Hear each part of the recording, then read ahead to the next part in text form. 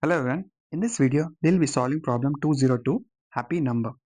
The problem statement is we need to write an algorithm to determine if a number n is happy. A number can be a happy number if the sum of square of all of the digits is equal to 1. If it is not 1, then we should repeat the entire process again with the new values until the total is equals to 1.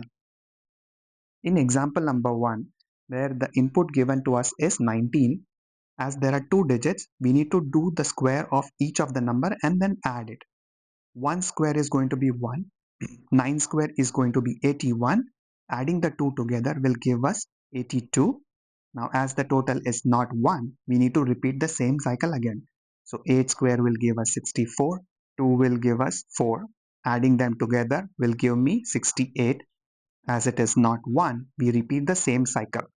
So here you can see after 68, the next sum is going to be 100, and after that we get the total of 1. Because we got 1, we need to stop the iteration and return true. This is a very easy problem. We start by checking if n is equals to 1. If not, we split the number in individual digits, square them up and add them together to build a new number and repeat the same cycle. If any of the calculation results in the total 1, and we stop the iteration and return true, or else continue the iteration until we have already visited that number. In that case, we stop the iteration and return false. Let's simulate this by an example. With n is equal to 2, as it is not equal to 1, we need to apply the operation. So 2 square will give us 4. 4 is still not valid. So we repeat the same operation, which will give us 16. The next is 1 square plus 6 square, giving me the total of 37. After 37, it's going to be 58. The next number after this will be 89. Next number is 145. The next number will be 42.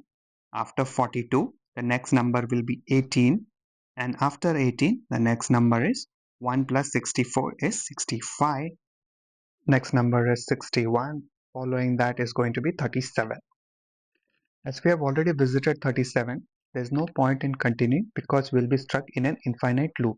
So this is where we stop the iteration and return false. I hope you were able to understand this approach. With this solution, the time complexity is actually going to be O of 1 or constant time, because the sum of square process eventually reaches 1 or enters a known 20 number cycle. Hence we can represent it by O of 1. While the space complexity is also going to be O of 1.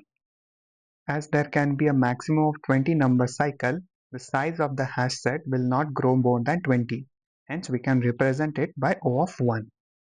Let me show you how we can implement this using C#.